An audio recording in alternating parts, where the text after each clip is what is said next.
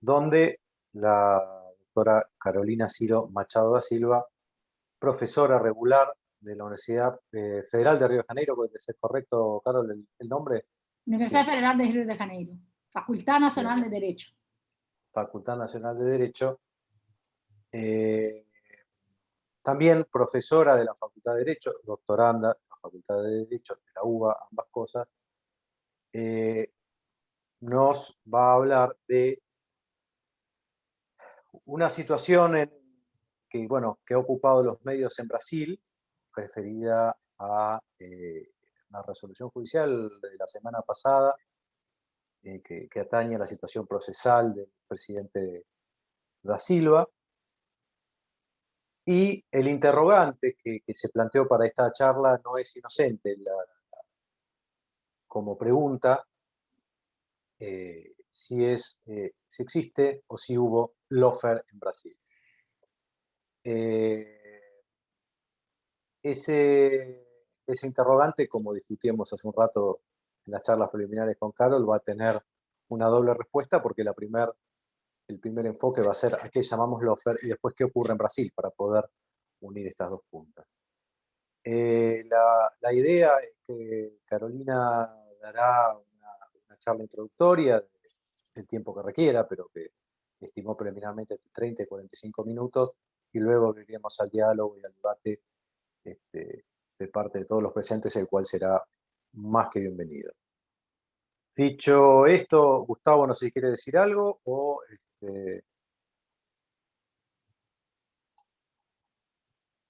Sin audio. Asumo que no. Sí. Entonces, Carol, el micrófono de la audiencia es tuyo. Hola, buenas tardes a todas y todos. Muy bienvenidos.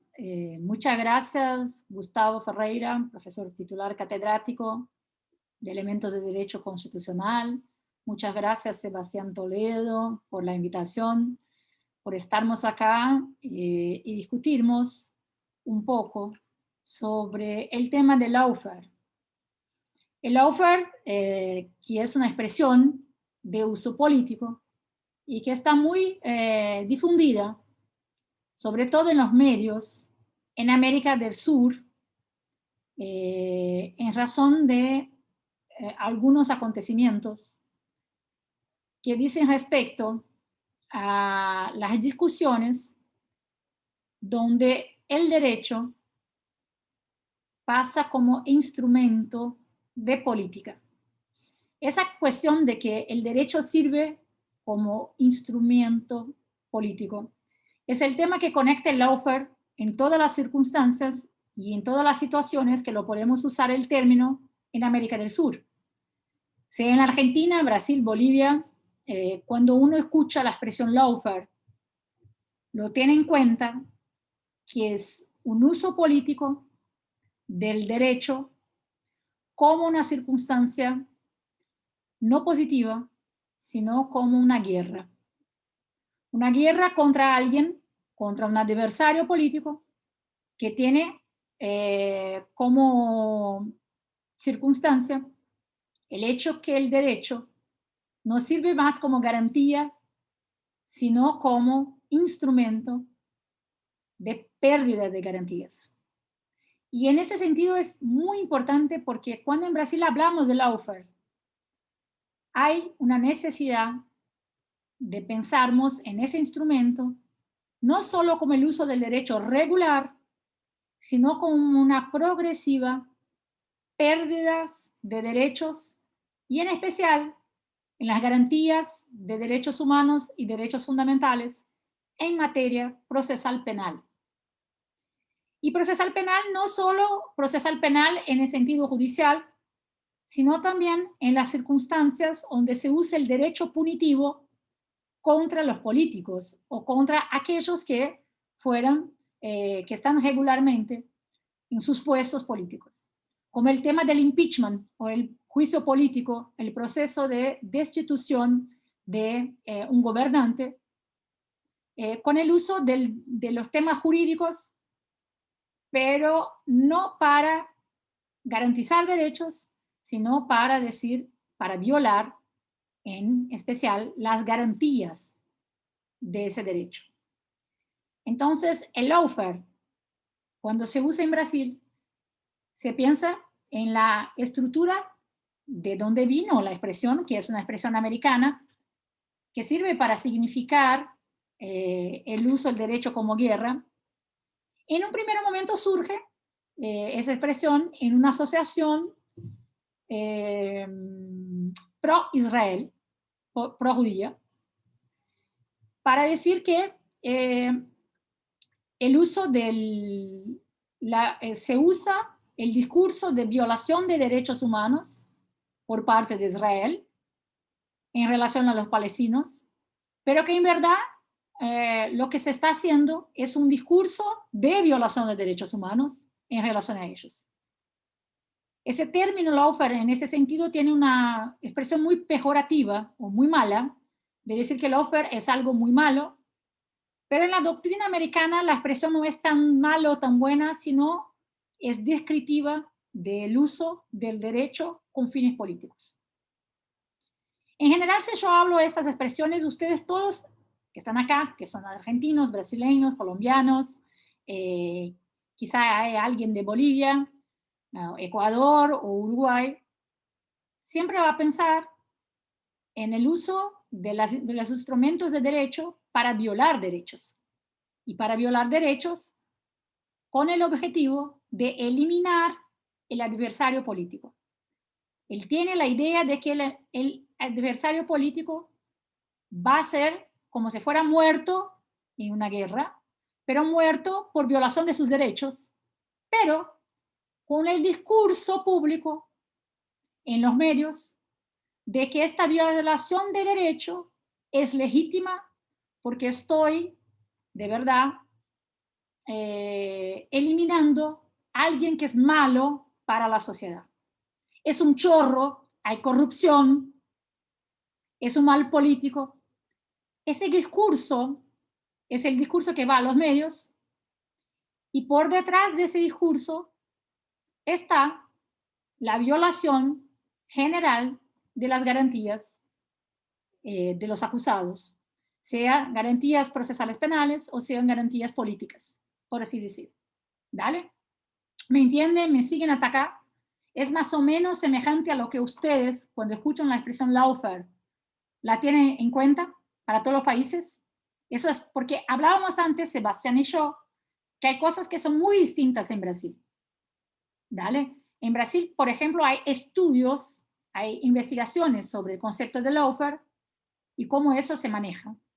Más allá que decir que es una persecución del poder judicial contra los poderes, por así decir, electorales, o sea, el poder ejecutivo, o un proyecto del poder ejecutivo, o poder legislativo. ¿Me siguen? Dale. Algunas cosas que son muy peculiares, muy brasileñas, que son muy distintas de la Argentina. Lo primero es el rol del Ministerio Público en Brasil.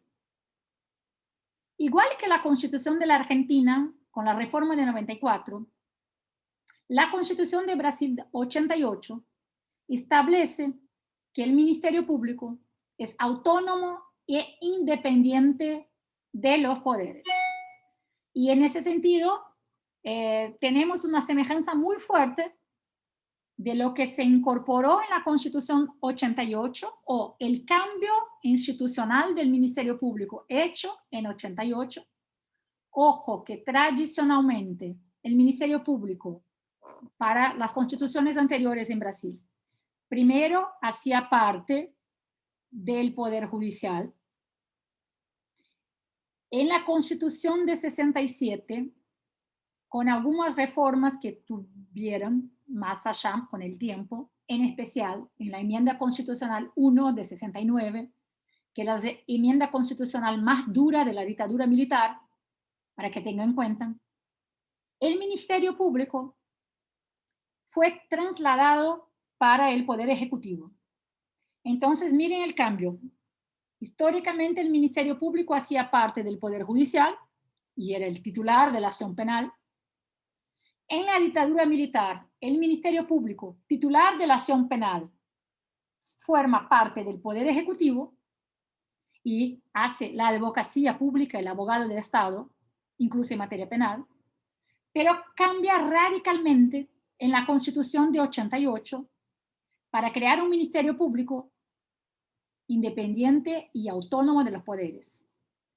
Y ese Ministerio Público, que deja de ser el abogado del Estado, gana una función más, que para ustedes, en los otros países sudamericanos, es lo que hacen las defensorías del pueblo, no los defensores de las personas pobres que no tienen plata para pagar un abogado, sino la función del defensor del pueblo, aquel que es el defensor de la democracia, de los derechos transindividuales, colectivos, ambientales, de consumidor. Y en Brasil se mantiene la función del Ministerio Público de titular de la acción penal y también de defensor del pueblo. Y dice la Constitución que el Ministerio Público es el defensor de la democracia. Dos cosas también que son muy importantes. El Ministerio Público en Brasil, los miembros del Ministerio Público, no son elegidos en última instancia por el jefe del Poder Ejecutivo. No es como sucede en la Argentina, donde hay concursos, salen ternas, y de esas ternas el jefe del Poder Ejecutivo elige incluso los fiscales inferiores. En Brasil todos los fiscales accesan a la profesión, a los puestos, por concurso público hecho por ellos mismos.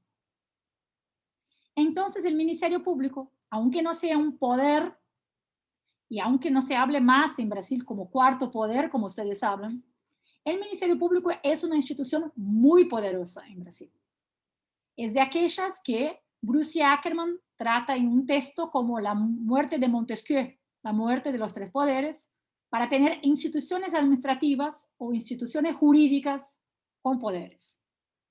¿Por qué estoy hablando tanto del Ministerio Público? Porque el Ministerio Público, como se despega de los poderes, no tiene vinculación ninguna más con el Poder Ejecutivo ni con el Poder Judicial. Si eligen ellos mismos aquellos que están en el puesto, empieza un discurso de que tiene la titularidad y el dominio del derecho. Nosotros no debemos nada a los poderes políticos y por lo tanto somos poderes jurídicos puros. Entonces tenemos el lenguaje del jurídico todo con nosotros. E incluso tenemos muy buenas razones para decir que dominamos el derecho y tenemos como obligación defender la sociedad de los chorros, de los corruptos y de todos esos políticos que no respetan la Constitución y el derecho, sino que lo violan en nombre de lo político. Ojo que en ese discurso público hay una captura de las dimensiones políticas por la dimensión jurídica. Hay un autor brasileño de ciencia política, un politólogo muy importante de la Universidad de San Pablo, que se llama Rogério Arantes, y él llama el Ministerio Público, él llama a los miembros del Ministerio Público de agentes políticos de la ley. Imaginen ustedes entonces que hay una institución muy poderosa que se eligen ellos mismos y que tiene el deber constitucional de controlar los políticos. Y por lo tanto, tiene institucionalmente un poder de decir quién es el bueno y el malo en materia de derecho penal. Bueno, empieza ahí el tema del lawfare en Brasil. Sobre todo cuando se usa el lawfare en las últimas discusiones sobre pérdidas de derechos y garantías procesales, que en primer momento son destinados a algunos políticos, como por ejemplo el proceso de Lula, que obviamente todos ustedes quieren hablar después.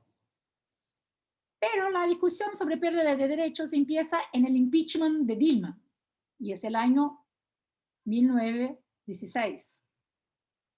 Dilma recibe una acusación de crimen de responsabilidad. En Brasil, el juicio político no es por mal desempeño, hay que cometerse un crimen que esté tipificado en una ley, obviamente el Senado es que va a reconocer si hubo o no el crimen, entonces hay un componente político en la discusión qué es el crimen. Y eso por sí solo es bastante propicio al lawfare, ¿no? Voy a decir que es un criminoso. Yo, un poder político, el Senado, voy a decir, aquella mujer que está en la presidencia es una criminal, violó la ley de los crímenes de responsabilidad y por lo tanto tiene que quitarse del puesto de presidente porque es una criminosa. Mira, es un discurso del derecho penal para quitarse a alguien de sus actividades políticas electorales. Y eso no es hecho por la justicia, sino por un otro poder, que es el poder legislativo. Bueno, en ese sentido también empieza la operación Car Wash o Lava Jato, que ustedes conocen muy bien. La operación Lava Jato es una operación hecha en el Ministerio Público Federal. Tiene el nombre por el hecho de que empieza con la discusión en una de aquellas empresas de car wash, de verdad, por eso el nombre, por eso que sigue con el nombre. Y la Lava Jato, ella tiene dos objetivos. Y eso se conoció hace muy poco tiempo, pero eso se puede imaginar leyendo las prioridades institucionales del Ministerio Público Federal.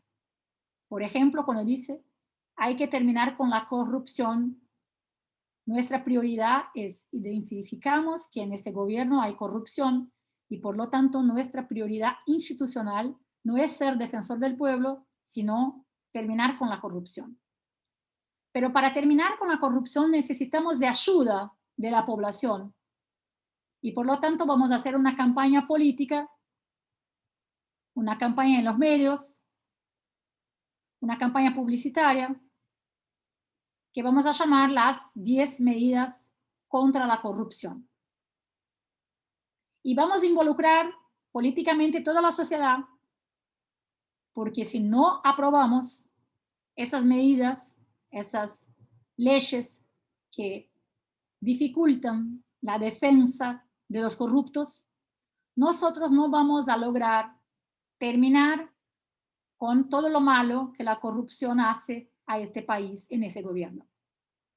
Entonces empieza el uso de todo un sistema de publicidad para quitarse o para el discurso de vamos a quitar las garantías procesales, penales como un todo. Es absurdo tantos recursos.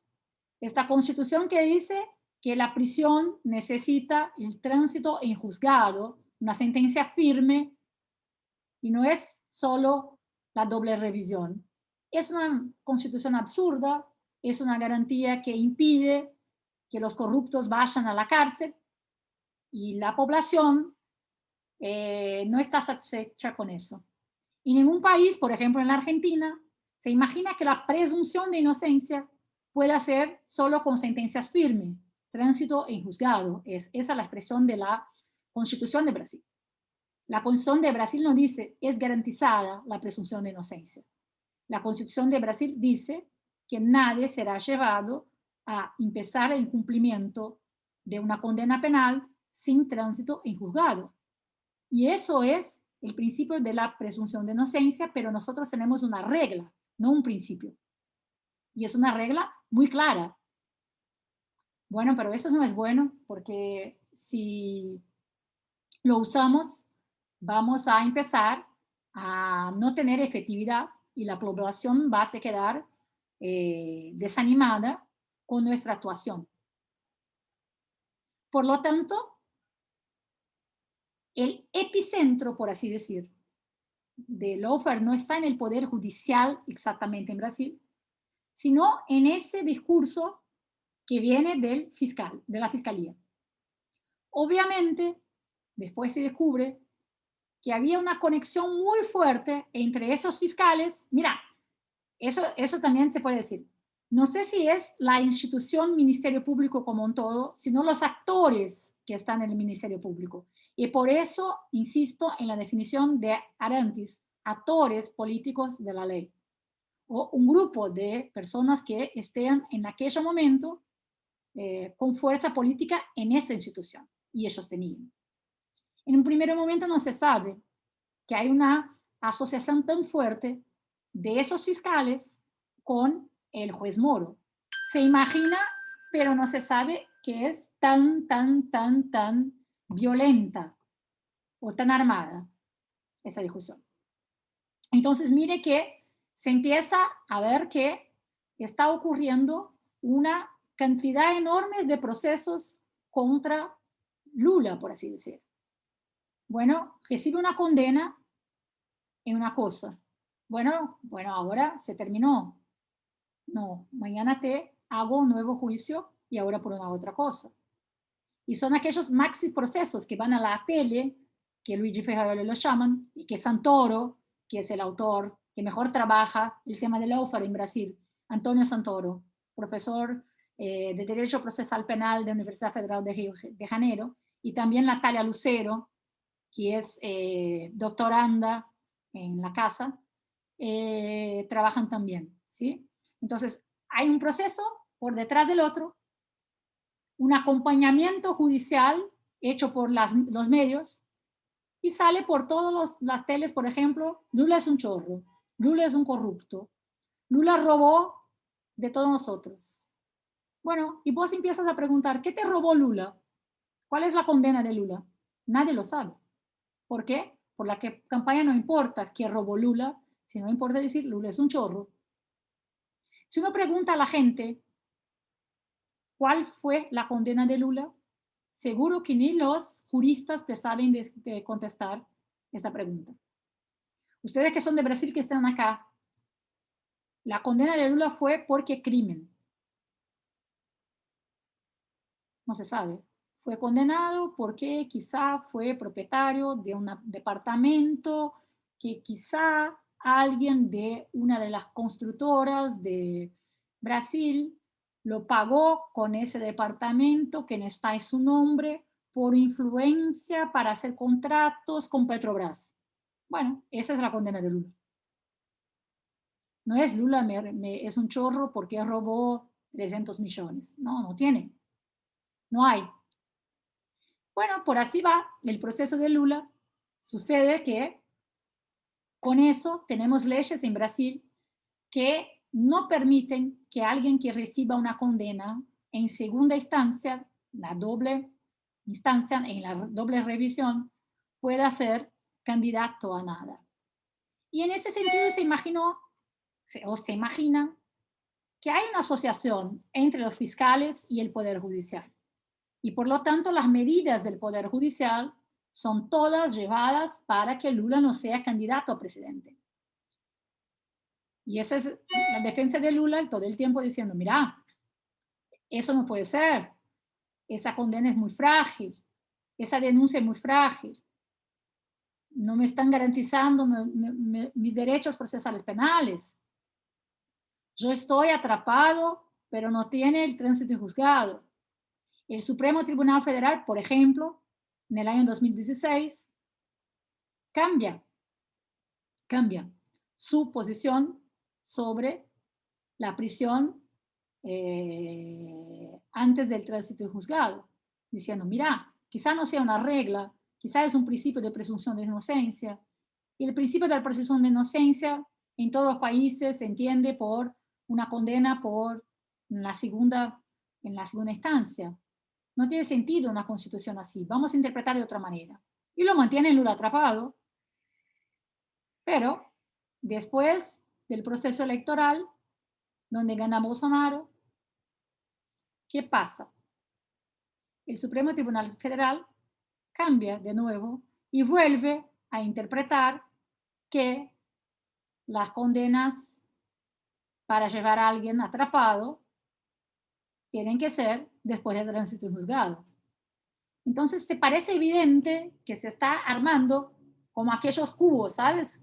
Encajando que hay una asociación entre los fiscales y el Poder Judicial para una persecución penal contra un político, no por el tema de utilizar el derecho penal como garantía del acusado, sino el derecho penal como lawfare, como forma de retirar del discurso político, de la escena política, de la democracia, ese actor político y dejar que afuera o dejar espacio para otros actores políticos tomar el poder.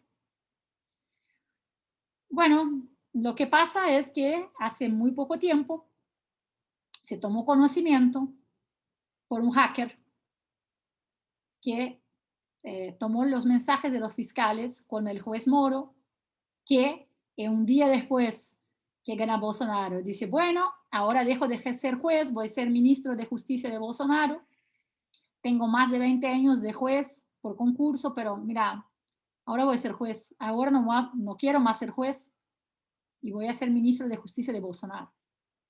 En ese momento se empieza a decir, mira, hay algo más fuerte acá que una mera sospecha. Y se hackea los mensajitos de Telegram entre los fiscales, esos de Lava Jato, y el juez Moro. Y se empieza a ver que, de verdad, había una asociación entre el juez Moro y los fiscales. Había combinación de pruebas. El juez decía, mira, si ustedes hacen eso y busquen ese testigo, los doy el orden de prisión o le doy el derecho de buscar documentos en eso. Presenten esta fecha porque voy a hablar con la tele para que salga todo en el periódico de las 8 de la noche, en Rede Globo. Mira, es importante para nosotros que hagamos eso muy pronto, porque si no, el discurso político de él va a ser importante acá también. Y se empieza a conocer, aunque no por una manera legítima, la historia que se podía ya mirar que existía. Entonces se empieza a pensar, mira, ese proyecto, Lawfare, ¿es un proyecto solo para Lula?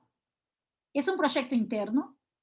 ¿O estamos adelante o estamos en esa pantalla un proyecto más grande, como fue, por ejemplo, la Operación Cóndor en los años 60 y 70? ¿Es una estrategia general para América Latina o ese es interno de Brasil? Bueno, no hay en esos mensajes ninguna idea que sea más allá de Brasil. Pero hay un sentimiento sudamericano que eso puede pasar en otros países, como lo que sucedió en Bolivia con el presidente Evo, lo que puede suceder en otros países como en la Argentina, que ustedes tienen una concepción muy distinta, y quizá el uso de la palabra lawfare sea más fuerte para nosotros. Porque en verdad tuvimos casi que la pérdida de las garantías procesales penales para todos los brasileños. Por suerte, las medidas anticorrupción no fueron mucho más adelante en Brasil. Pero una de ellas era casi para terminar con el habeas corpus, que ya sé que en Argentina es distinto que en Brasil, pero en Brasil el habeas corpus es algo muy utilizado, muy fuerte, muy amplio. Se puede, por ejemplo, y esa es la discusión, contra una sentencia judicial. Cuando tenemos el riesgo de una prisión ilegal, se puede utilizar el habeas corpus, sea por violación de garantías procesales, por ejemplo, sea por nulidad procesal, por ejemplo. Y eso sé que no existe en Argentina, pero existe para nosotros. Entonces, nuestro sistema de justicia es muy sofisticado en ese sentido y muy difícil de identificar que esos agentes de la ley tengan fuerza política. Porque en general son personas con muy buena formación jurídica y que no están en esos puestos indicados por uno u otro partido político, uno u otro presidente.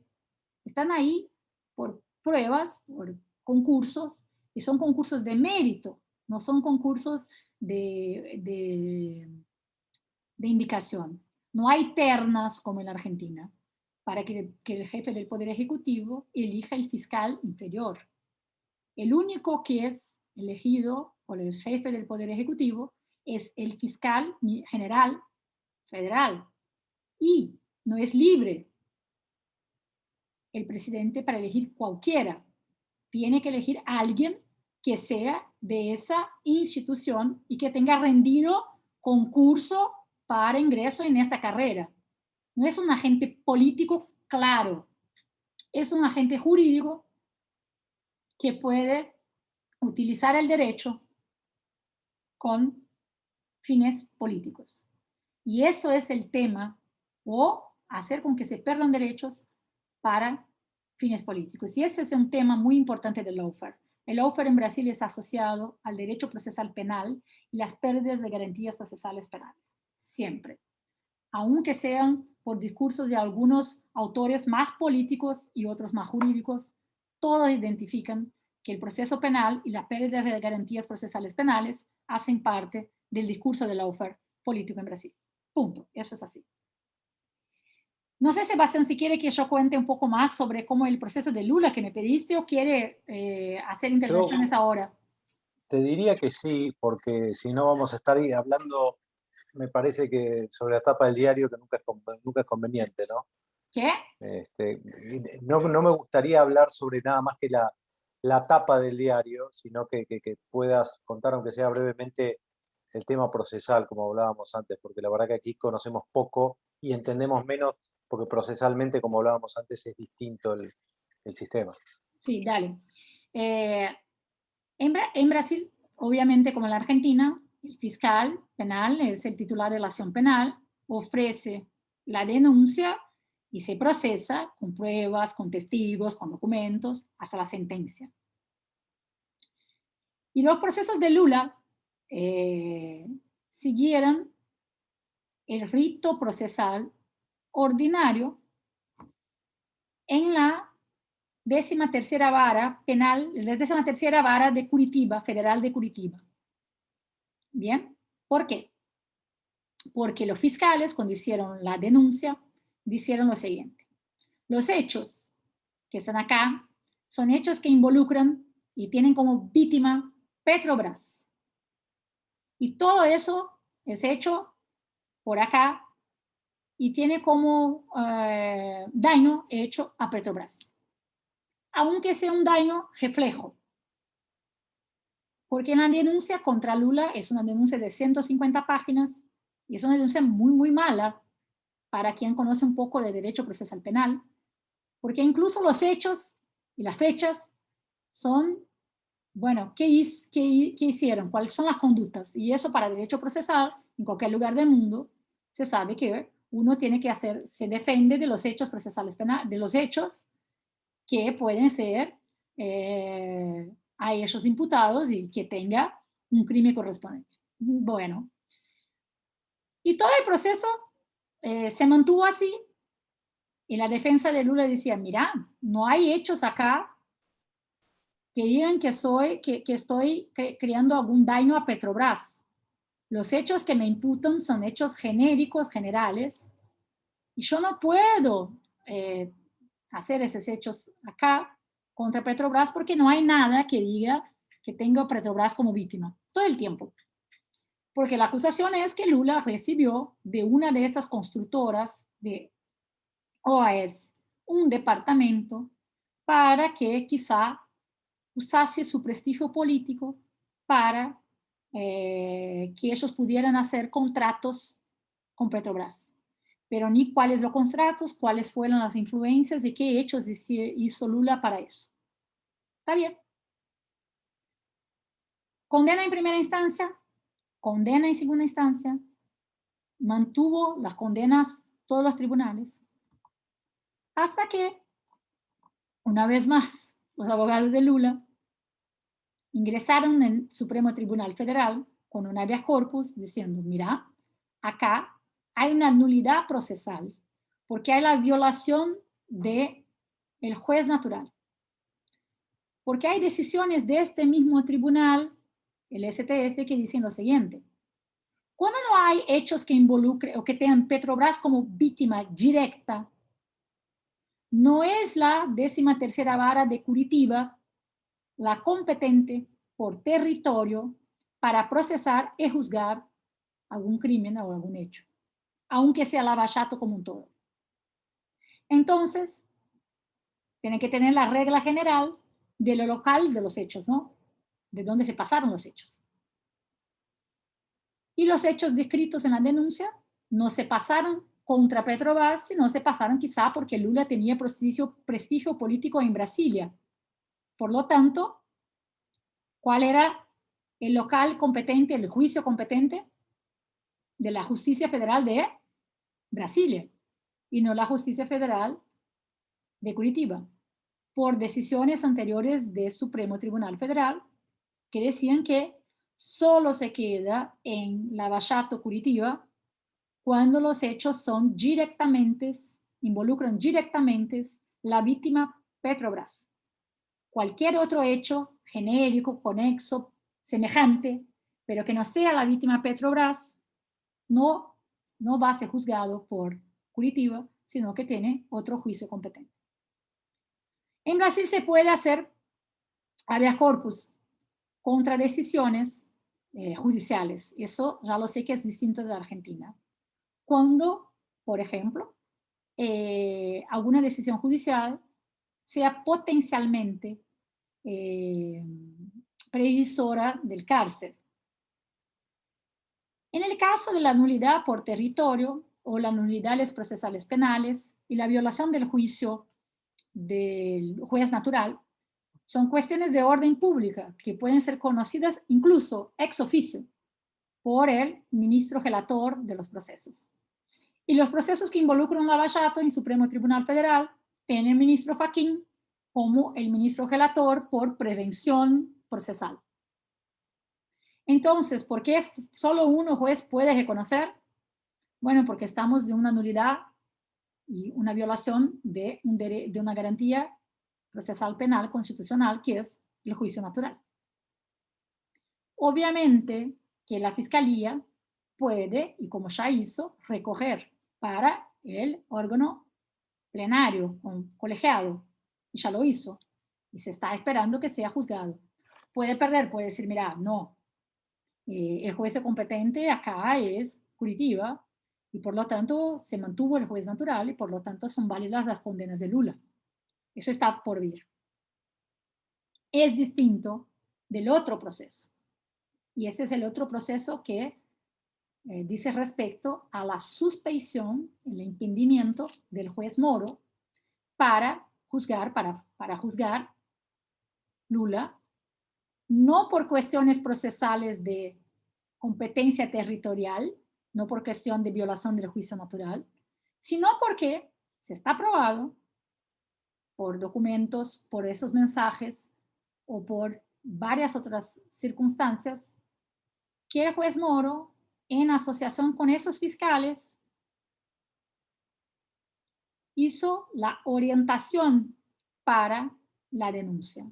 Y hay una separación, aquella que yo decía, entre el acusador y el juzgador. El Ministerio Público no hace parte del Poder Judicial. En un sistema acusatorio que respecta los derechos procesales penales, el juez no puede combinar una condena, una denuncia, las pruebas con los fiscales, ni con la defensa. Y hay pruebas que eso pasó. Todas las veces que la fiscalía pedía alguna cosa, había una orientación previa hecha por Moro para esos fiscales. Entonces, el juzgamiento que tuvo Lula no fue imparcial, sino que fue parcial. Es un juez que tiene parcialidad. Y por lo tanto hay que reconocer esta parcialidad y dejar nulo todas las condenas, todas las pruebas y todos los hechos contra Lula hechos por el juez Moro, porque ese proceso penal es un proceso penal contaminado por la ausencia de imparcialidad del juez. Y ese es el otro proceso que está en juzgamiento, que también tiene el ministro Fachin como relator del proceso, y que se empezó a juzgar, aunque sea protocolado en 2018, casi 3 años, se empezó a juzgar un día después que el ministro Fachin dio la decisión en el otro proceso, en el otro pedido, en materia de nulidades procesales por violación del juez natural y por cuestión de territorialidad. ¿Cuál es la diferencia práctica? En el que hizo Fachincha sobre no es competente Curitiba, sino tiene que llevar el proceso a Brasilia, se anulan las decisiones judiciales, el recibimiento de la denuncia, las condenas y los recursos posteriores, ¿no? La manutención de las condenas, pero los hechos de las pruebas puede el juez de Brasilia decir que ya son válidos.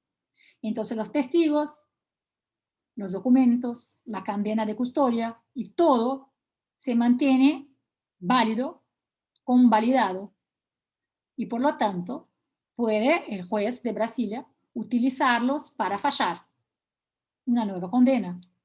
Y Gustavo no le gusta que yo use la expresión fallar, pero la uso a propósito, que es para decir que es fallida la posibilidad porque es un error, ¿no?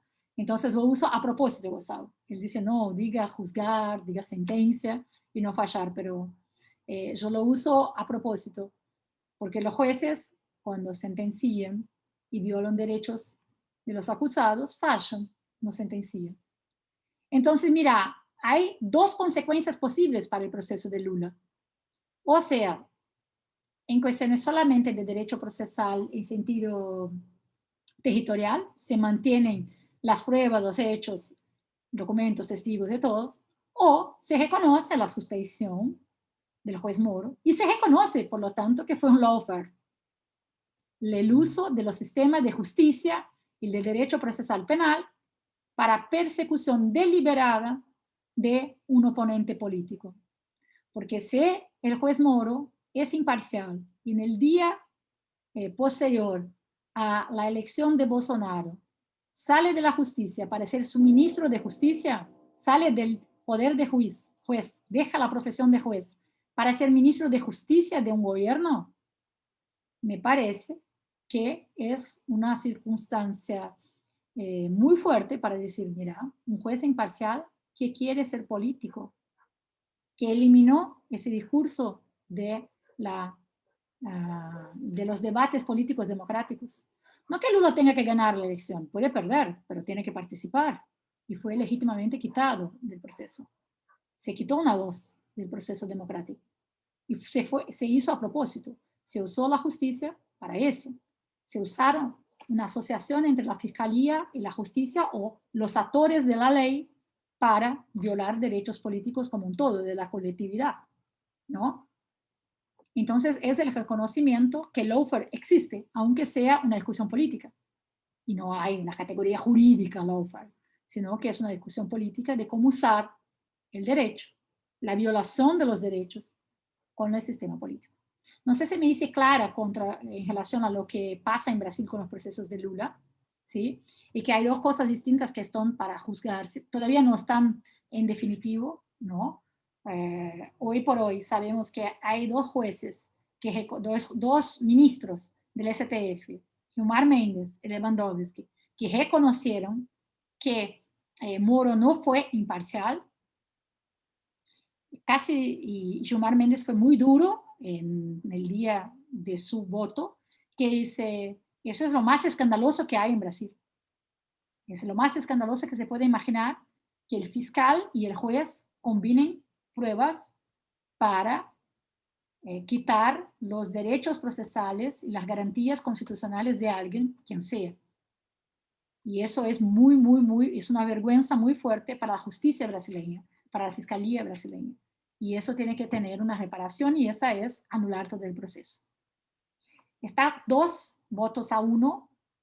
Se imagina que pueda la ministra Carmen Lúcia cambiar y reconocer la parcialidad de Moro. Y también el nuevo ministro del STF que pidió para adiar el juzgamiento como un todo, para enterarse mejor del proceso, porque es muy joven, en el sentido muy nuevo, en el tribunal, y no tuvo tiempo de examinar exactamente todo el proceso en STF. Entonces estamos por saber lo que va a pasar en los próximos días o meses con los temas del proceso de Lula. Ahí estamos. Bueno, clarísimo, podría decirse, si es que algo sale claro de todo esto. Justamente recién explicaste lo último que te iba a preguntar, que era si la sentencia de Hakim estaba firme o no. Bueno, quedó claro, ahora resolverá el pleno del STF para ver dónde está parado. Pero bueno, estás también arriesgándote a contar los porotos, como decimos en Argentina, para ver para dónde va a salir el fallo. Pero no Si hay te duda, parece, Carol, pero no hay duda para nosotros más que hubo el uso político del derecho. Eso es muy importante. Si alguien tuviera dudas antes, ahora no puede más tener duda que eso pasó. ¿Me entiende? Hay lawfare en Brasil, hay lawfare en Brasil. ¿Qué es el lawfare en Brasil? ¿Contra quién se usa? Bueno, puede utilizarse contra cualquiera, pero tenemos un proceso donde está muy claro que existe el lawfare. Sea quien sea, guste o no guste de Lula, es una violación de derechos que no se puede tolerar contra Lula ni contra nadie. Es muy, muy serio lo que pasó. Y no, es una vergüenza. Tenía razón Gilmar Méndez cuando dice que es una vergüenza. Carol, te voy a alterar un poco, voy a hacer uso de la palabra justamente porque me acabas de dar el pie a la pregunta que tenía. Aquí en Argentina, cuando hablamos del offer, en el concepto que se viene hablando en los últimos tiempos, principalmente estamos evaluando el sistema republicano, ¿no? Digamos, el principal dañado sería el sistema republicano. Por lo que vos estás contando, parecería que en realidad el principal perjudicado que ustedes analizan es lo que acabas de decir recién, son derechos fundamentales, sobre todo los derechos procesales, ¿no? Los derechos de debido proceso. ¿La lectura es correcta o hay de todo un poco? Mira, me parece que sí, porque, claro, si vamos a tomar como una discusión del sistema republicano y de la cuestión política stricto sensu, podemos decir, bueno, el lawfare del proceso de Lula tiene como resultado eso. Pero me parece que para nosotros lawfare tiene un sentido más fuerte, que es, se intentó toda una discusión para pérdidas de derechos procesales penales que no iba a cumplir solo el proceso de Lula, sino todo un retroceso de garantías procesales penales. Yo con el discurso anticorrupción, y tengo que terminar con esos políticos chorros, estoy terminando con los sistemas de garantías procesales penales. El sistema de garantía de procesal penal es una conquista civilizatoria. Yo no puedo decir que no puedo, que voy a quitar el habeas corpus del sistema procesal penal brasileño, porque eso no va a afectar solo el sistema republicano, como si fuera poco afectar el sistema republicano, que ya no es poco, ya es demasiado, pero va a afectar todos los procesos de garantías que son bases para una democracia. Hoy en Brasil estamos discutiendo la ley de seguridad nacional. Ojo, eso no es un tema menor. Es muy, muy serio lo que está pasando en Brasil hoy. La ley de la dictadura se está utilizando para quitar la libertad de expresión. Entonces, estamos en una sucesiva pérdidas de derechos en Brasil y de derechos que son derechos básicos de las democracias constitucionales liberales. Ustedes no pueden imaginar que se quiere utilizar una ley de seguridad nacional cuando alguien hace una crítica sobre un gobierno. Y eso es en la dictadura, no en las democracias. Entonces, imaginen si yo no tengo mis derechos de defensas plenos establecidos por la Constitución, que es muy, muy buena en ese sentido, muy, muy buena la Constitución brasileña en términos de garantías procesales penales, pero uno no puede decir que yo necesito quitar tus derechos para no tener corrupción. Y como si la corrupción fuera un discurso que, como si fuera, yo qué sé, una cortaza, yo qué sé, para decir, no, todo se puede quitar porque tengo que la corrupción es lo peor que hay, los chorros tienen que, y bueno, vale la pena, te pongo a la cárcel, no te doy derechos ninguno, porque sos un chorro, soy un corrupto. Pero ¿y? Y ahí uno empieza a mirar las condenas o las acusaciones y uno no ve una acusación en serio. Es porque no me gusta, yo qué sé, el color blanco del fondo de Sebastián y por lo tanto es un chorro. No se puede ser así en la democracia.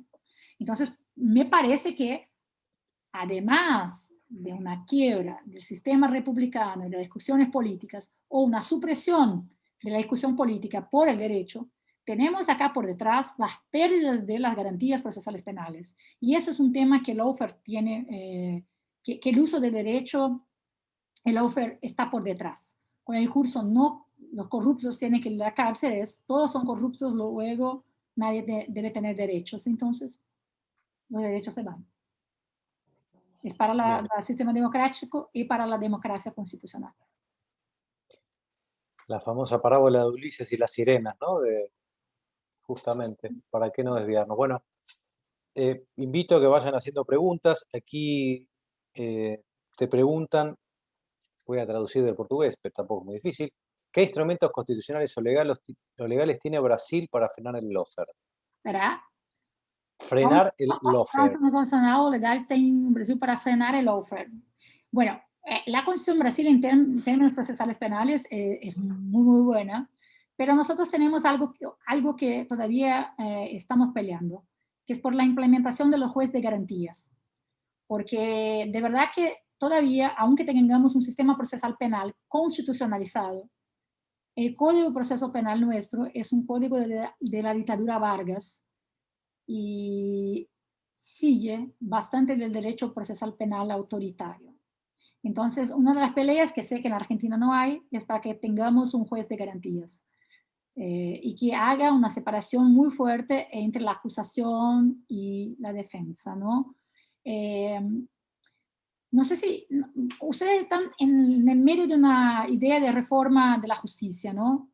Y las propuestas que yo vi son muy semejantes a la reforma de la justicia que tuvimos en el año 2004, como intentar crear algunos frenos para el Poder Judicial, ¿no?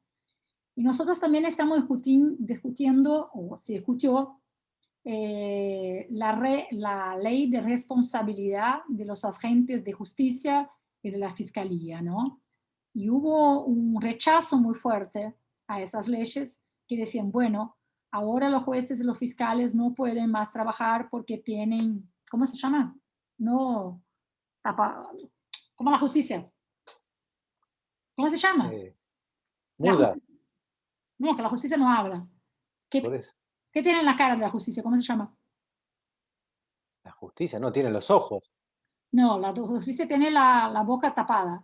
Ni los ojos y se baja para la boca. ¿Cómo se llama? Tiene los ojos tapados, pero no es solo los ojos. Cuando la ley me va a tapar la boca, tapaboca se llama, como la que usa para... Como un bozal. Bozal es la palabra que quería. Se pone bozal en los fiscales y en los jueces. Entonces, establecer responsabilidades a ellos por esos procesos, responsabilidades individuales, pérdida de los puestos, de los sueldos, de las aposentadorías, eso es poner un bozal en los jueces, en los fiscales, y por lo tanto los corruptos van a quedar afuera. Entonces nosotros estábamos discutiendo las leyes de responsabilidad de esos empleados públicos, jueces y fiscales, por errores en la conducta judicial. Son las leyes de responsabilidad, ¿sí? ¿Cuáles serían? Por ejemplo, en Brasil, la condena máxima que tiene un juez es aposentarse. Es casi una broma. Sos un juez que vende las sentencias y te condeno. Dijo, es verdad. ¿Cuál es la condena que recibe? Te retiras y recibes tu sueldo. Pero te retiras, no fallas más, no erras más, no sentencias más, pero sigues con tu sueldo. Eso es una barbaridad. Ustedes no pueden imaginar.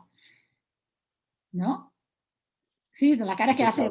No, en Brasil no. Entonces, son leyes para que se puedan responsabilizar. Son leyes también que también pueden ser utilizadas de las malas maneras. No me gusta un fiscal tengo un poder económico muy fuerte y ese fiscal me está molestando, por lo tanto voy a hacer todo un juicio para que ese fiscal pierda su puesto, ¿no? O ese juez, porque aparte también son empleados públicos, ¿no? Y el poder económico puede ser más fuerte que ellos. Entonces también es una doble vía. ¿Es buena o no son buenas las leyes de responsabilidad? Hay que tener responsabilidad, sin duda. No hay poder sin responsabilidad, si no, no estamos hablando de un superpoder incontrolable. Pero, ¿cuáles son los límites de responsabilidad, no? Entonces, es una discusión que nosotros tenemos también. Está más acotadita porque no tuvo tanta, por así decir, buena prensa. Pero igual es algo que tiene que ser discutido. ¿Cómo el fiscal no tiene responsabilidad o el juez que hace algo muy malo se retira y se queda con el sueldo? Una locura. Bueno, queda abierta la invitación a hacer preguntas o comentarios. Gustavo, no sé si quiere ahora dirigirnos la palabra, ya que anda por ahí. Lo escuchamos.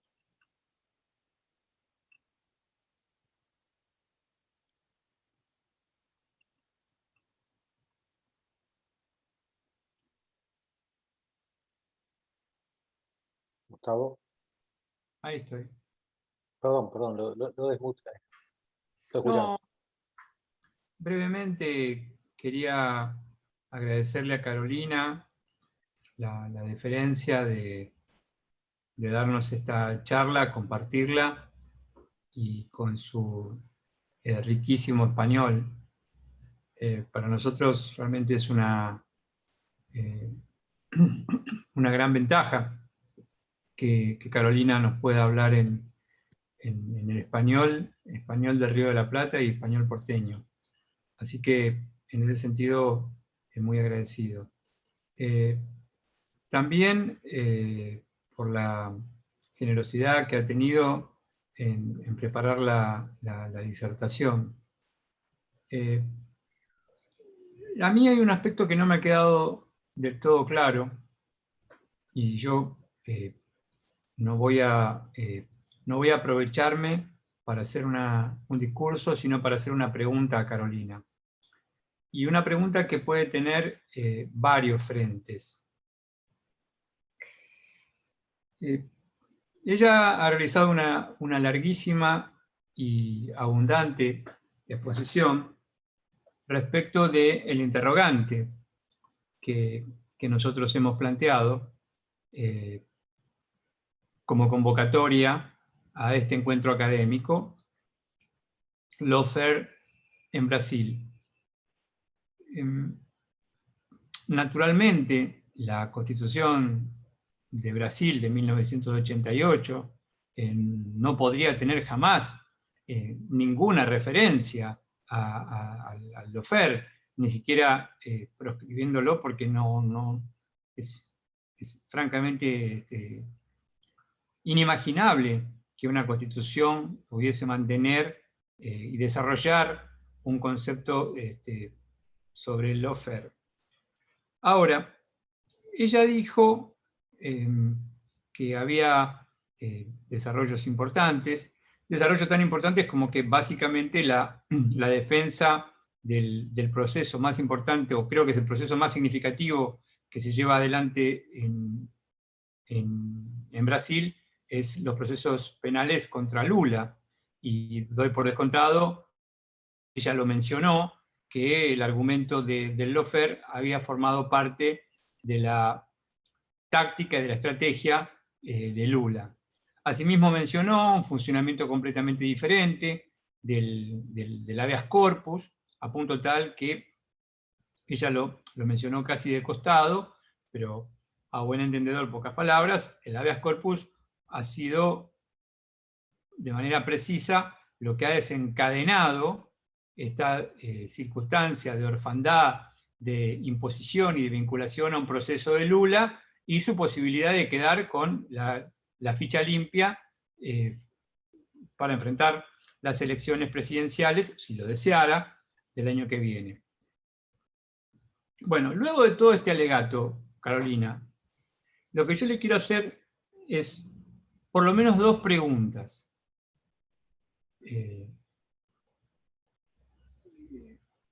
una pregunta tiene que ver con la realidad y la otra tiene que ver con la profecía. ¿Cuál es la profecía que usted, como jurista, puede hacer de lo que va a suceder en Brasil en el transcurso del 21 o en el 22? La primera pregunta es, ¿usted cree que el Supremo Tribunal Federal es la máxima instancia jurisdiccional de Brasil?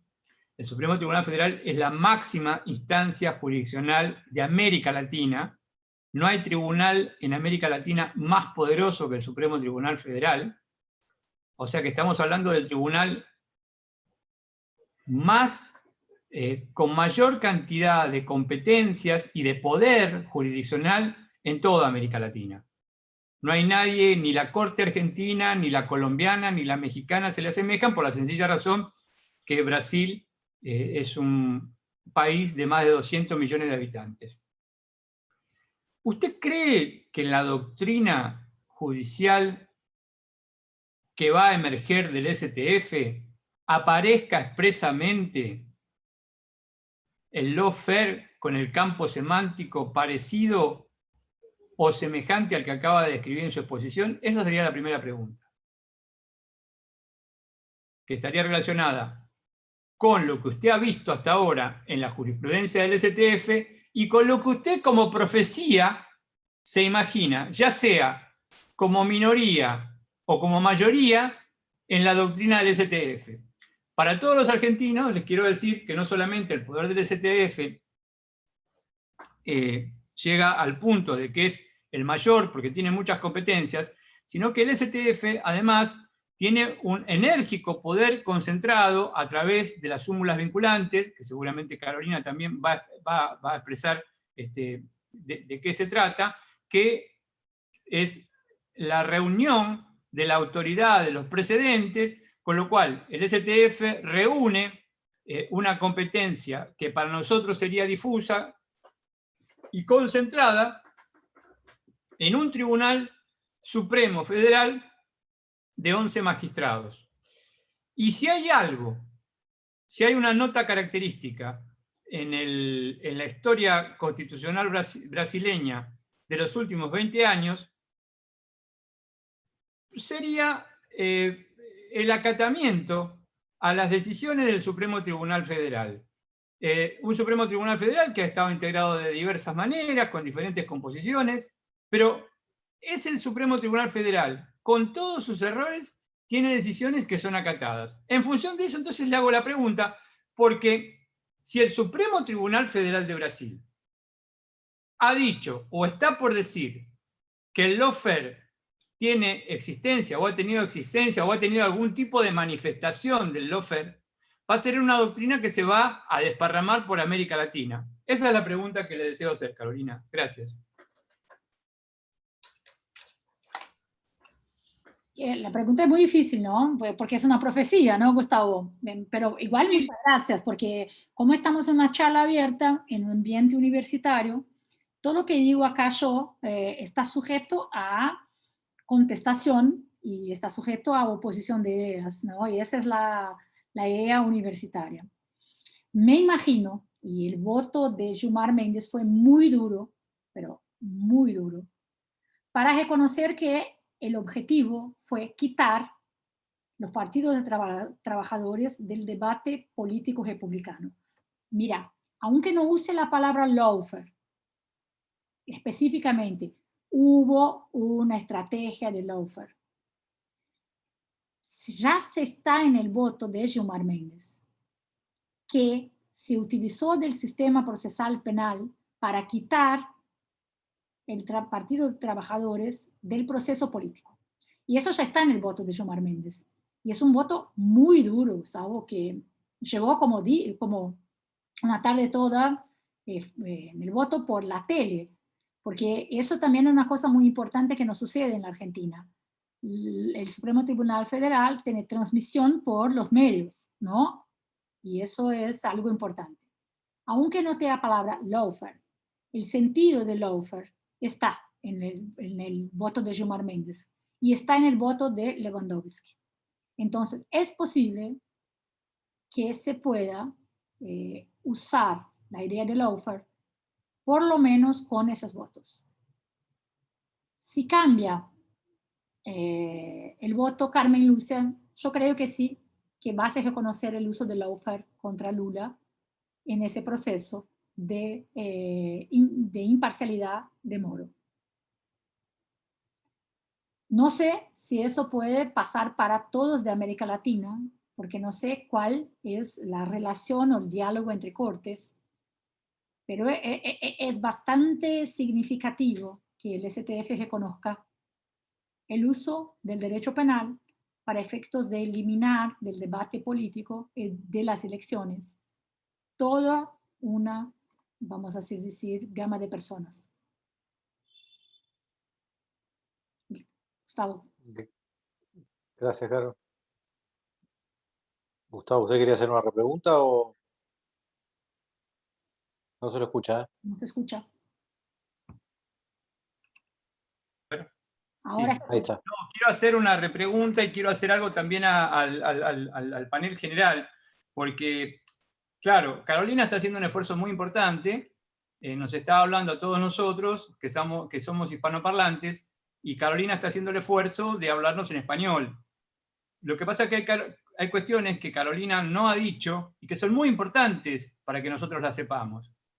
Primero, cuando ella está mencionando a Gilmar Méndez, ella está mencionando a uno de los principales juristas de Brasil, que es un jurista que ha llegado al Supremo Tribunal de Brasil cumpliendo la totalidad de los requisitos constitucionales. Repito, cumpliendo la totalidad de los requisitos constitucionales. Es un hombre formado en las lides académicas y respetado fuera de Brasil y dentro de Brasil. Independientemente de los fallos y de los aciertos y de los errores que haya podido observar en su trayectoria y que nosotros le podamos cuestionar o que se le puedan cuestionar. Pero Carolina, cuando menciona expresamente a Gilmar Méndez, no es que está mencionando a un juez federal de un estado perdido de Brasil. No. Está mencionando a uno de los principales. Corríjame, Carolina, porque no solamente eres el juez del STF, sino que antes de ser el juez del STF, era un renombrado jurista. Y eso es una cosa muy importante que está diciendo Gustavo, es que Gilmar Méndez cuando fue al STF, que no fue nombrado por PT, fue nombrado por Fernando Henrique Cardoso, eso es una otra cosa importante. Para los jóvenes que están aquí, Fernando Henrique Cardoso es un viejo político brasileño que se enfrentó en varias oportunidades en las elecciones con Lula, y siempre que lo enfrentó a Lula, triunfó Fernando Henrique Cardoso. Lula tuvo que esperar que no se presente Fernando Henrique Cardoso para ser electo presidente de Brasil. Y lo que Carolina nos está aclarando es que Gilmar Méndez es un miembro del STF designado no por el Partido de los Trabajadores o por Lula, cuando era presidente de la República, sino nominado por el partido de Fernando Henrique. Sí, y otra cosa que es importante también sobre Gilmar Méndez es que desde que Gilmar Méndez está en el STF, y es el año 2002 o 2003, ahora alguien me puede ayudar con el googleando, pero es más o menos 2002 o 2003, Gilmar Méndez cambia el perfil del STF. Y tiene algo que ver con lo que dijiste antes, del poder que tiene el STF, el poder que tiene las decisiones del STF. El STF cambia de postura cuando va a Gilmar Méndez y pasa a ser un tribunal mucho más activo en el sentido de, bueno, vamos a enfrentar temas políticos y temas jurídicos que son duros. Y aunque te guste o no te guste, Gilmar Méndez es alguien que tiene mucha coraje, ¿no? Y cambia el perfil del STF desde el año de su asunción como ministro del STF. Y siempre ha tenido, por los partidos de trabajadores, lo odiaban porque era como si fuera un enemigo de los partidos de trabajadores durante mucho tiempo.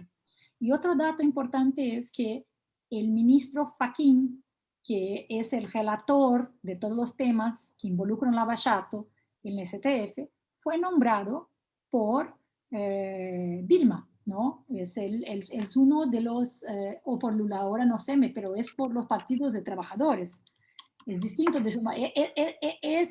Es algo importante que en general Lula ha perdido siempre con los votos de los ministros que fueron nombrados por partidos de trabajadores y no por los otros.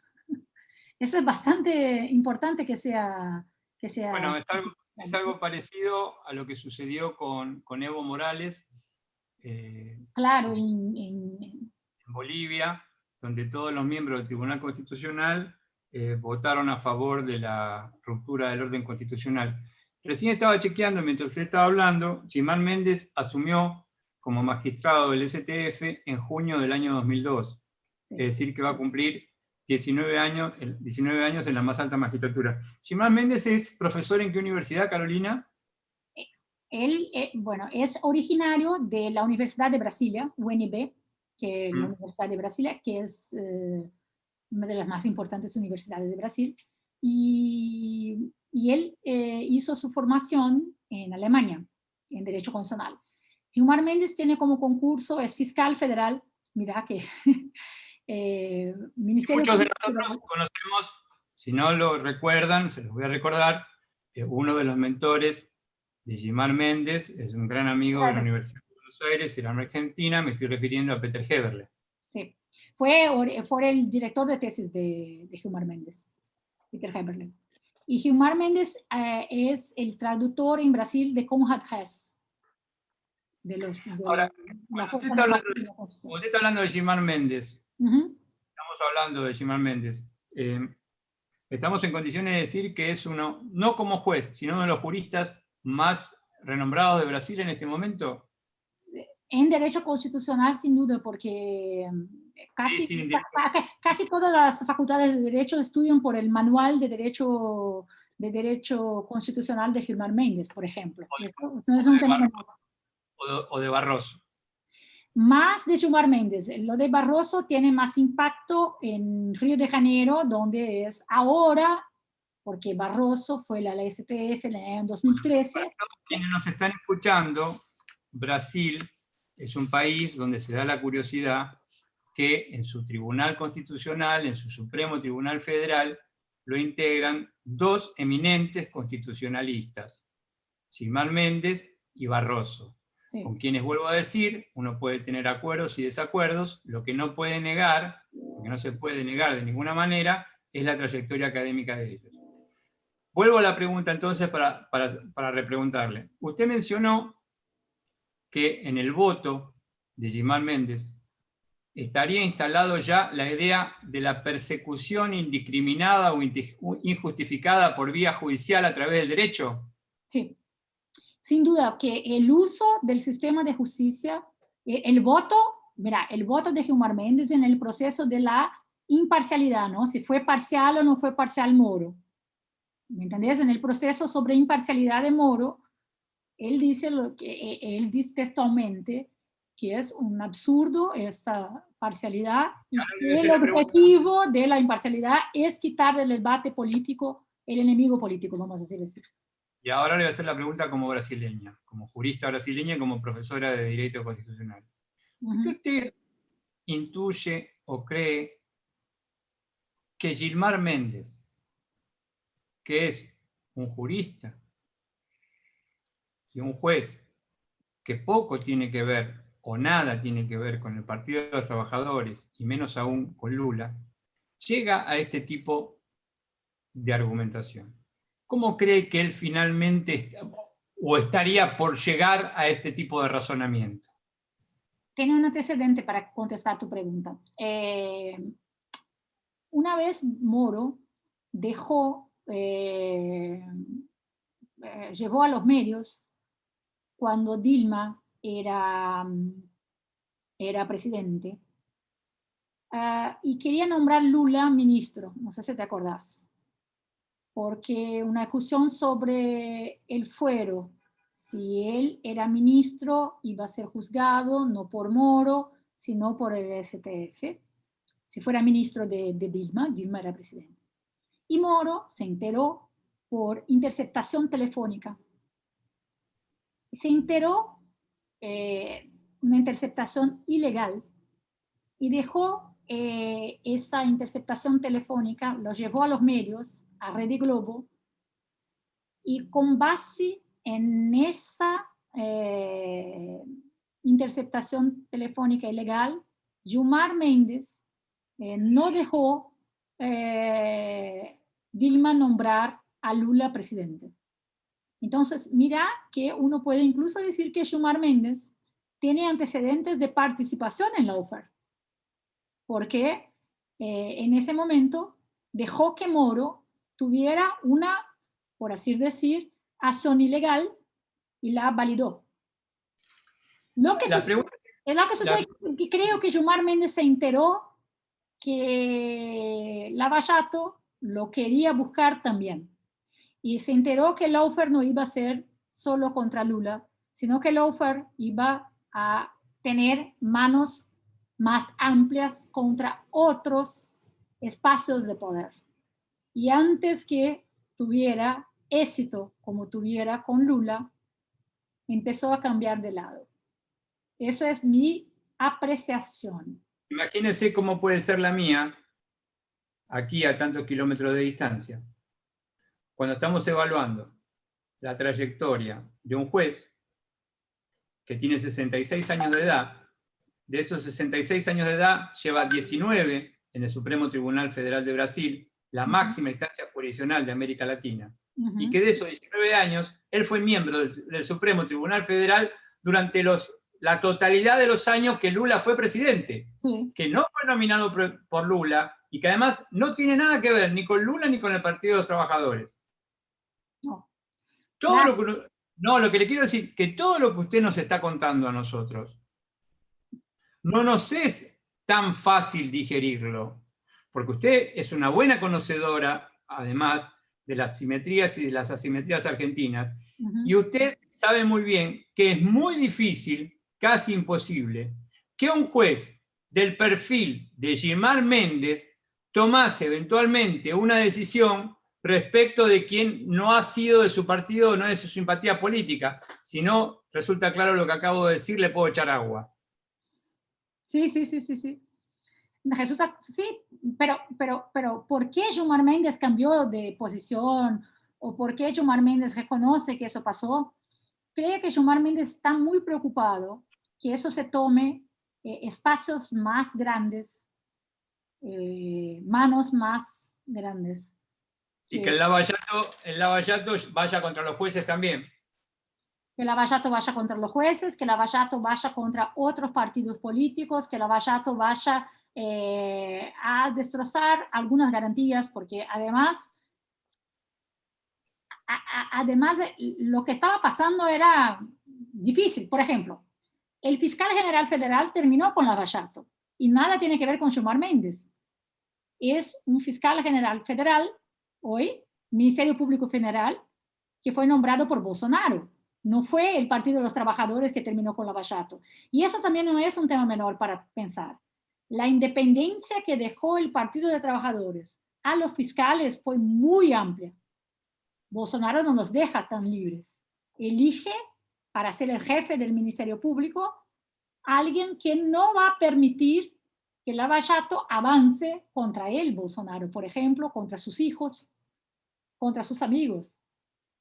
Lo que dejó es de verdad que los partidos trabajadores, los fiscales, estaban muy flojos para hacer su independencia plena. Hay un grado de democracia muy fuerte en los partidos de trabajadores en favor de las instituciones, que los otros en general no dejan. Nunca fueron tan libres los fiscales como el gobierno Lula y Dilma, por ejemplo. Muchas gracias, Carolina. Gracias, Carol. Diego Doropian, habías pedido la palabra. Para que te dé silencio.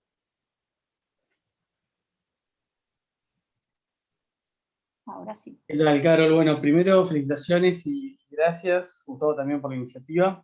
Y quería preguntarte, Carol, algo que es otras áreas de estudio, de investigación y conocimiento, que es, a mí me resulta muy, desde Argentina, ¿no? Por supuesto, muy extraño pensar cómo puede haber un proceso durante tanto tiempo que es claramente atentatoria de garantías básicas, por lo que vos venís señalando, y cómo eso no ha dado en ningún momento, o no sé, quizás sí, pero no con resultados, ningún salto a la sede internacional. Cómo, no sé si han habido o no planteos ante el sistema interamericano y cuál fue la respuesta. Y además te lo planteo a propósito porque sé que es un tema que a vos te interesa, y si hubiera algún planteo al respecto, y no sé cómo fue resuelto, y si eventualmente fuese resuelto a favor, porque digo, no estamos discutiendo si alguna disposición sustantiva de derechos se interpreta de tal o cual manera, y bueno, pueden haber márgenes. Es algo bastante vinculado a la regularidad de un procedimiento judicial lleno de irregularidades, por lo que estás mencionando, donde parece todo bastante claro, y digo, si no se resuelve en la sede interna, parece bastante obvio ir a buscar algo de orden a la sede internacional, interamericana. No sé si sucedió, si no sucedió, si podría llegar a suceder. Y la última parte de la pregunta es, si sucediera, hubiera una respuesta favorable, ¿cómo proyectás o cómo ves su posibilidad de implementación o acatamiento por el sistema brasileño, que sé que es el tema que a vos más te interesa? Bueno, eso, muchas gracias. Bueno, es una provocación, ¿no? Porque primero hay que entender, desde la Argentina uno no puede imaginar que Brasil no da bolilla ninguna para sistemas internacionales o multiniveles de protección de derechos humanos. Vos lo sabés muy bien y bueno, quizá para un argentino es muy extraño lo que pasa con nosotros.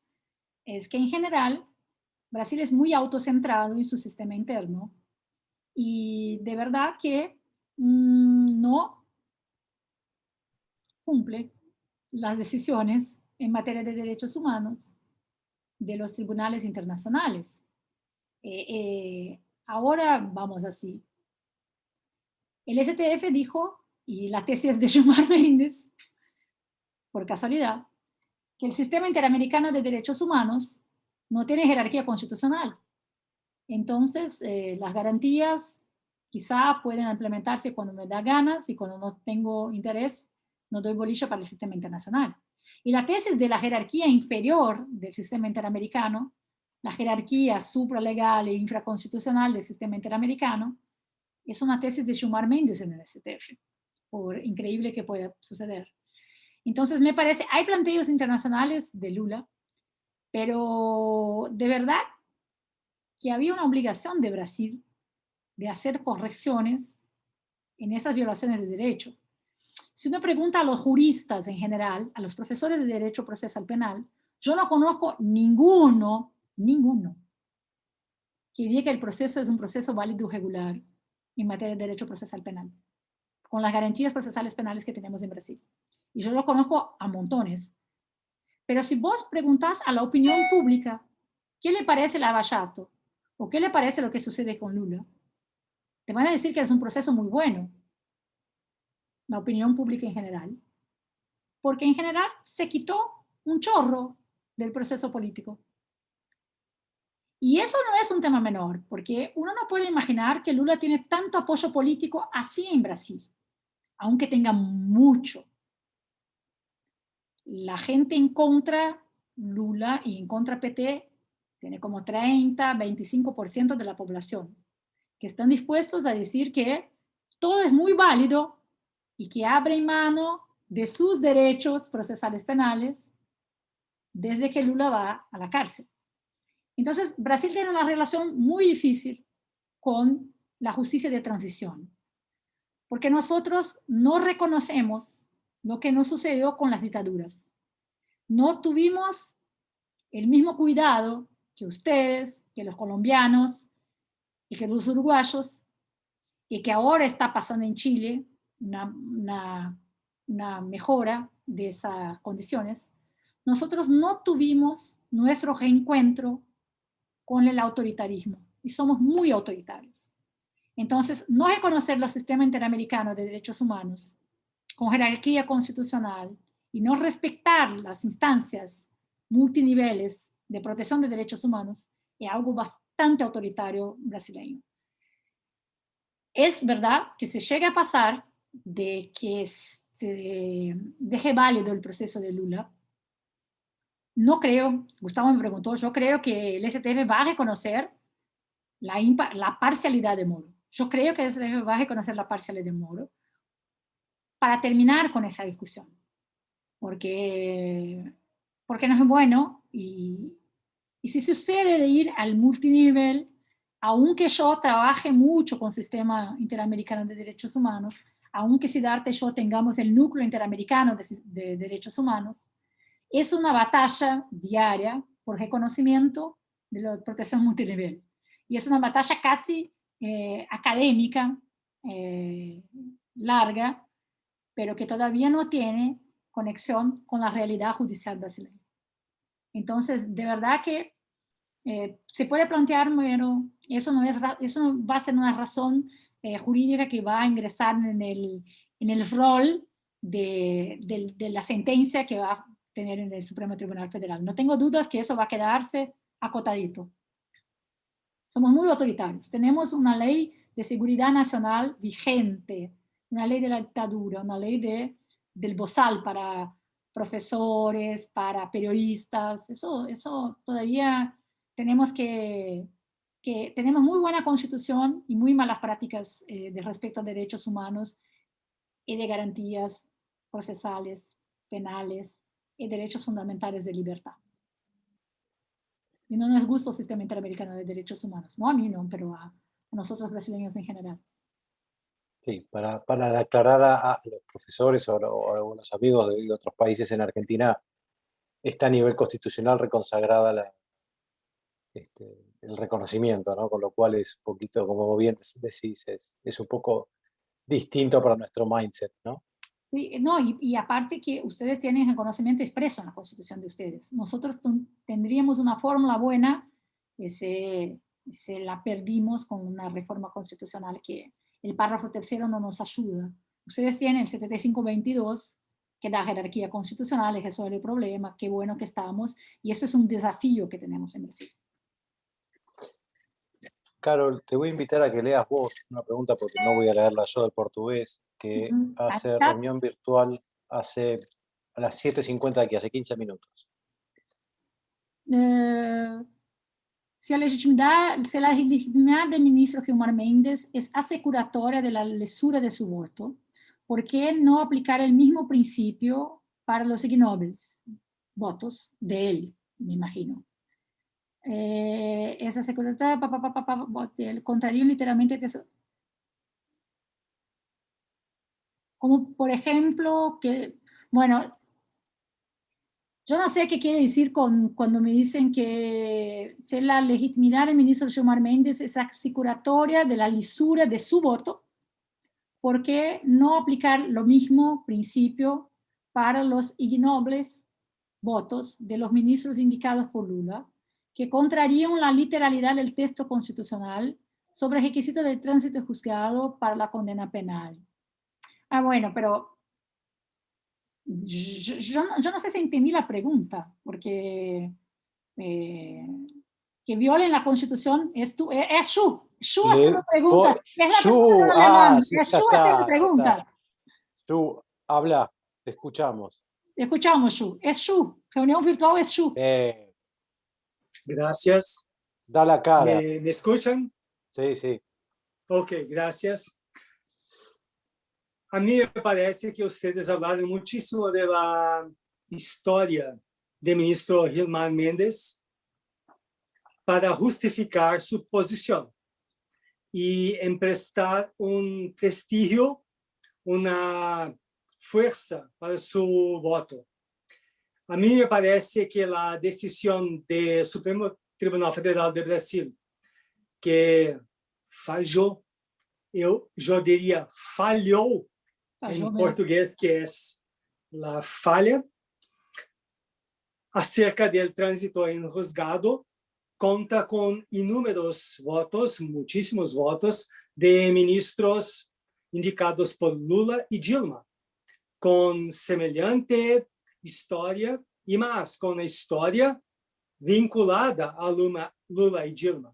Entonces, a mí me parece, yo mi provocación es que a mí no me parece razonable pensar en la historia del ministro para justificar la fuerza de su voto, porque ha sido un voto en contra la literalidad de la Constitución brasileña.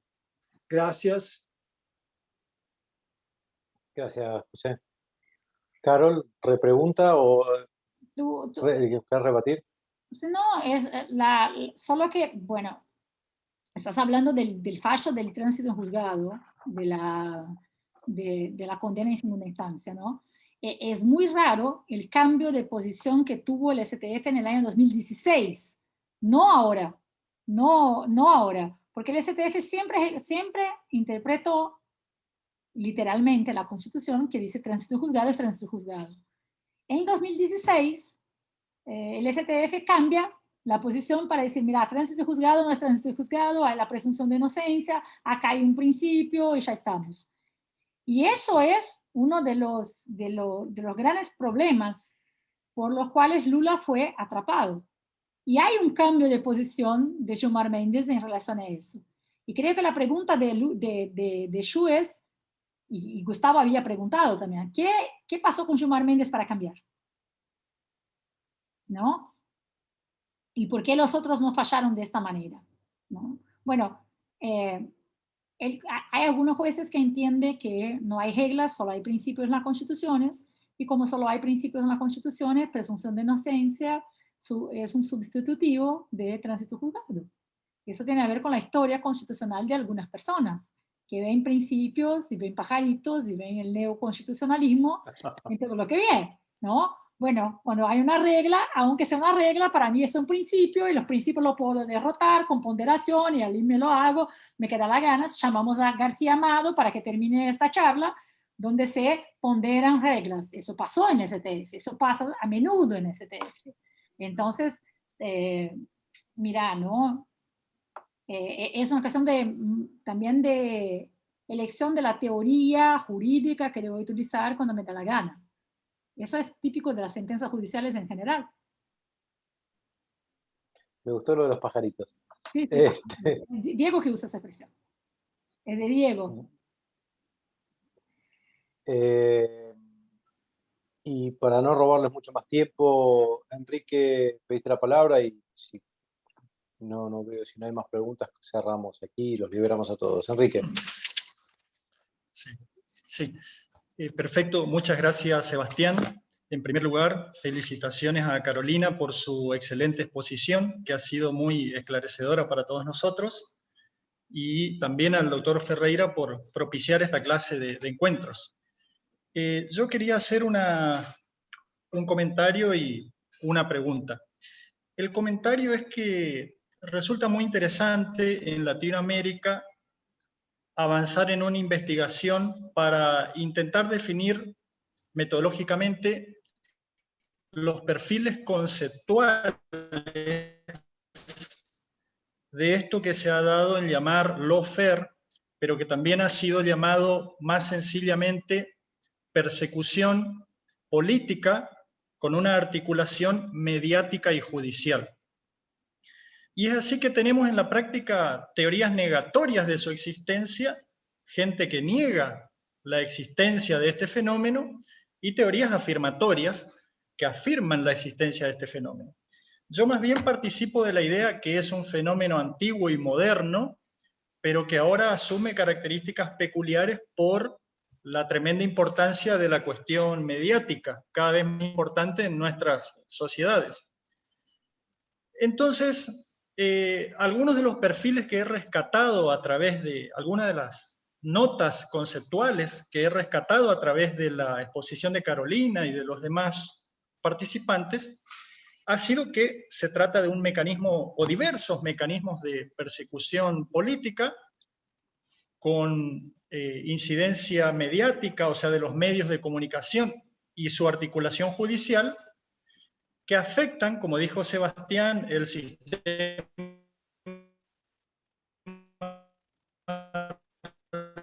republicano, y como dijo Carolina, que consiste constitucionales, y que de esa manera, perdón. Perdón, Enrique, te apagué yo la cámara porque te escuchábamos muy mal. Para que tenga mejor señal. Sí, sí, gracias. Ya voy redondeando. Y que de esa manera, en definitiva, intentan incidir en el proceso democrático de nuestras democracias constitucionales. Entonces allí, o sea que es un mecanismo que, violando las normas constitucionales y republicanas, intenta incidir sobre el proceso democrático.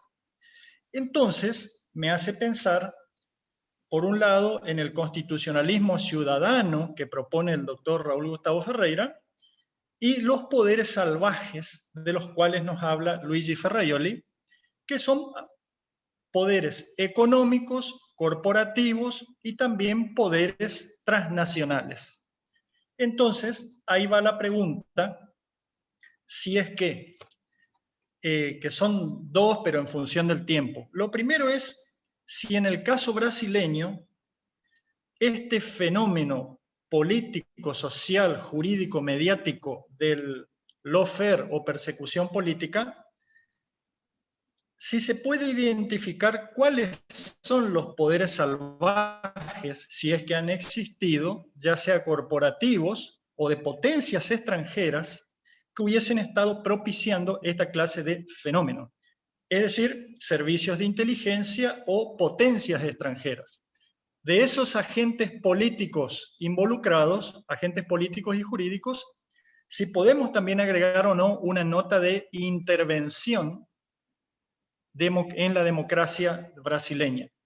Y lo otro es, y para el futuro prospectivamente, pero ya lo que más me interesaba lo primero es qué cláusulas legales, constitucionales y mecanismos podemos pensar para prevenir y reprimir este tipo de manifestaciones, ya sea con las normas existentes o con el diseño de nuevas normativas.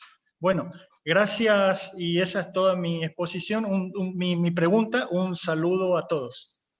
Perdón, Carol, y para te hago un comentario también, una pregunta que hizo Soledad, que lo hace por escrito, pero me parece vinculada con esta, donde básicamente la reflexión que hace es si no podemos entender que aquí hay un ataque contra el sistema democrático desde adentro, es decir, a través de los mecanismos democráticos o las instituciones del sistema democrático.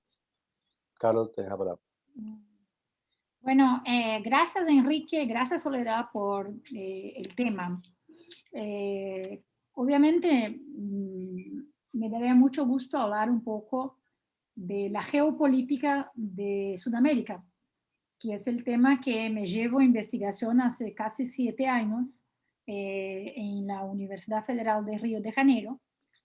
Y de entre esas discusiones, una de ellas que me estimula mucho es lo que sucedió en América Latina en los años 70, que es lo que se quedó conocido como la Operación Cóndor o Condor Operation. ¿Qué es la Condor Operation o Operación Cóndor? Es una manera que los dirigentes, sobre todo en las dictaduras, cooperaron entre ellos para violar su propia soberanía nacional y los derechos humanos de sus ciudadanos en respecto a una política de la discusión entre el mundo occidental y el mundo oriental, entre los comunistas y la Guerra Fría.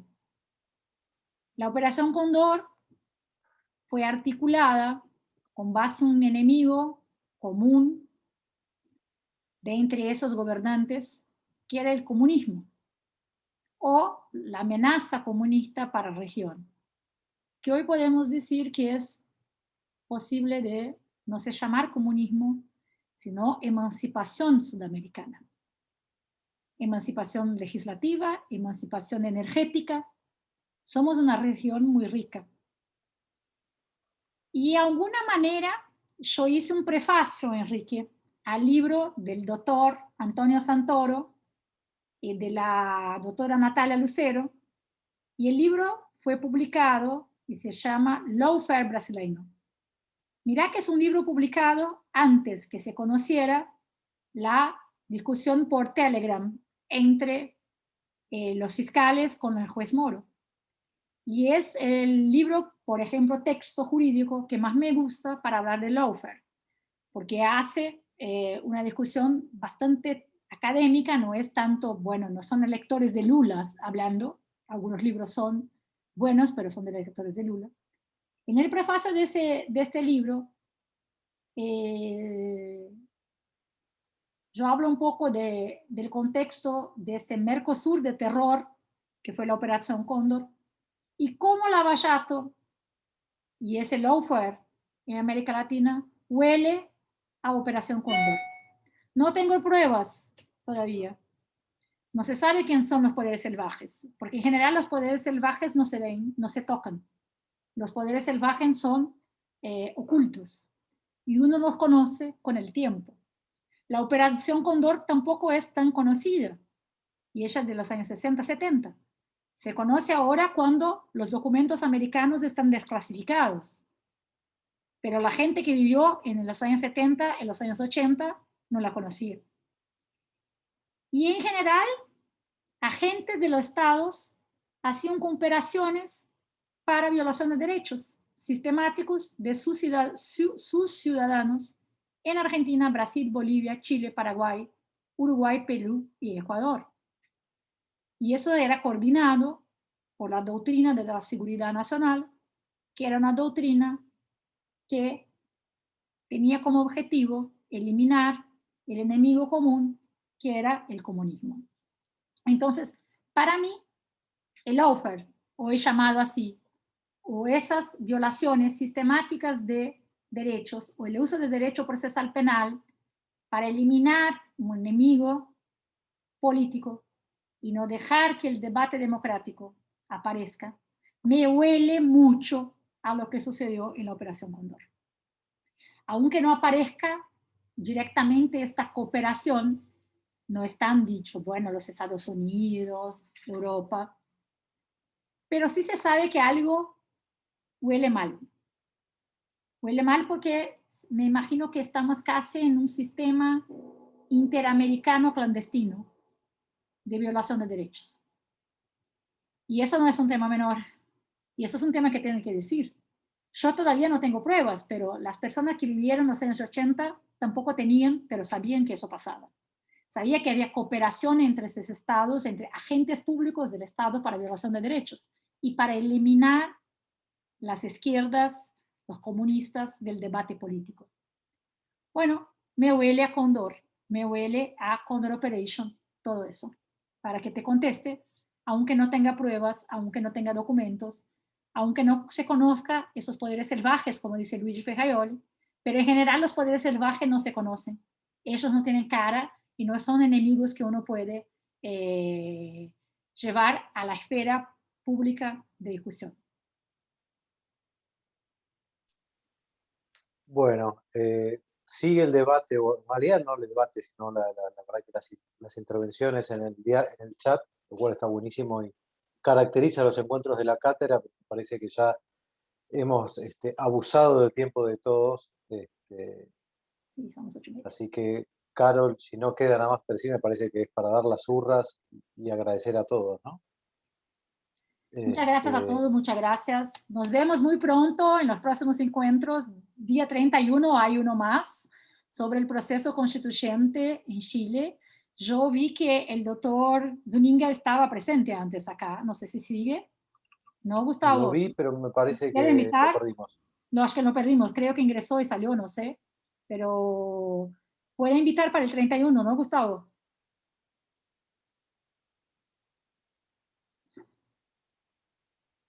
Sebastián. Sí, estoy tratando de desmutearlo. No, la verdad, Carolina, que no lo vi, pero sí aprovechamos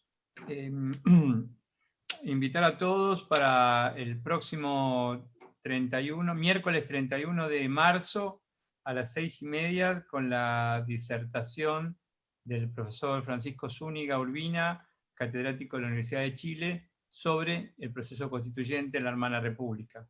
Así que, bueno, nos volvemos a ver. Muchísimas gracias, Sebastián, por la ordenación, por todo, a cada uno de ustedes por estar aquí presentes, y a Carolina, muy especial y afectuosamente, por la dedicación, la gentileza y la honorabilidad que he tenido para compartir estas ideas con nosotros, aún en el borde de sus puntos críticos, como hemos visto, y la hemos forzado a que lo hiciera. Muchísimas gracias. Muchísimas gracias a todos. Gracias, Carol. Gracias a todos los que nos acompañaron.